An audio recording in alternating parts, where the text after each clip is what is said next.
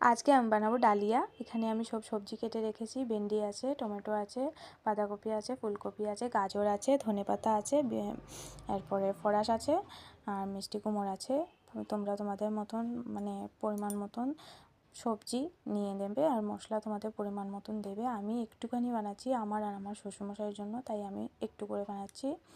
এখানে আমি পাঁচফোড়ন দিলাম, শুকনো লঙ্কা দিলাম, তেজপাতা ফোড়নে দিয়েছি। দেখো আমার ডালিয়া একদম কম।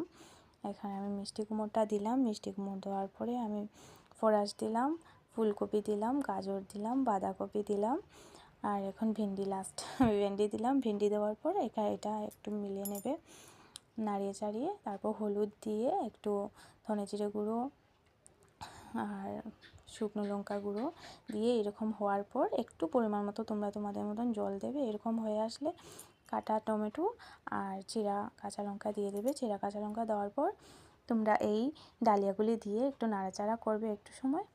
তারপর তোমরা তোমাদের মতন পরিমাণ মতন জল দেবে। আমি আমার একটুখানি জল দিয়েছি, যতটুকু আমার পরিমাণ আর কি, দিয়ে এখন নাড়াচাড়া করে ঢাকা চাপা দিয়ে দেবো। ঢাকা চাপা দিয়ে তোলার পর এরকম যখন হয়ে যাবে তোমরা আবারও ঢাকা চাপা দেবে। একটু শুকনো হওয়ার পরে এরকম ধনেপাতা ছিঁড়ে কেটে দিয়ে দেবে।